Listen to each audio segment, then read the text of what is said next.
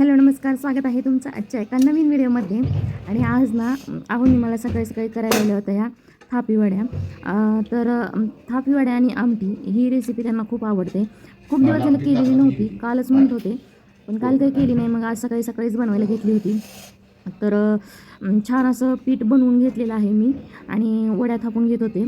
ते एकदम गरम गरम काढल्यामुळे खूप चटके बसत आहेत. तुम्ही म्हणत असाल अशी का करते हळूहळू, पण ते खूप जास्त पोळत होतं म्हणून तसंच थोडंसं पाण्यात हात बुडवून बुडवून मी ते थापून घेत होते.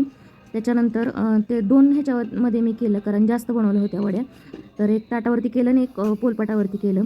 तर दोन्ही अशा पद्धतीने मी थापून घेतलेलं आहे. त्याच्यावरती थोडंसं खोबरं वगैरे किसून टाकलं आणि वड्या पाडून घेतल्या. खूप सुंदर अशा वड्या निघालेल्या आहेत, तुम्ही बघू शकता. आणि खायलासुद्धा तेवढ्याच टेस्टी झाल्या होत्या.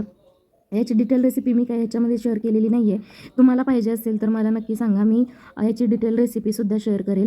तर वड्या करून घेतल्या आणि त्याच्यानंतर ज्या भांड्यामध्ये आपण वड्या बनवतो ना, त्याच्यामध्ये खाली ना अशा पद्धतीने पीठ चिटकलेलंच असतं, म्हणजे चिटकतंच ते शिजवपर्यंत थोडंफार.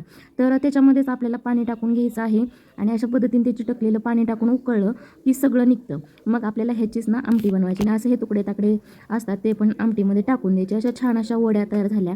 त्याच्यानंतर लसूण खोबऱ्याचं वाटण वगैरे केलं आणि आमटी फोडणीला घातली. आणि परीची स्कूल होती त्याच्यामुळे मग तिच्यासाठी टिफिनला भेंडीची भाजीसुद्धा बनवली.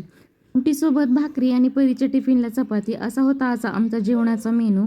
तर आजचा हा व्हिडिओ तुम्हाला कसा वाटला आणि आमटी आणि वड्याची रेसिपी आवडली का, ते मला नक्की सांगा. आणि आजचा हा व्हिडिओ पाहिल्याबद्दल आपले खूप खूप आभार. रेसिपी पाहिजे असेल तर मला नक्की कमेंट करा. व्हिडिओ पाहिल्याबद्दल धन्यवाद.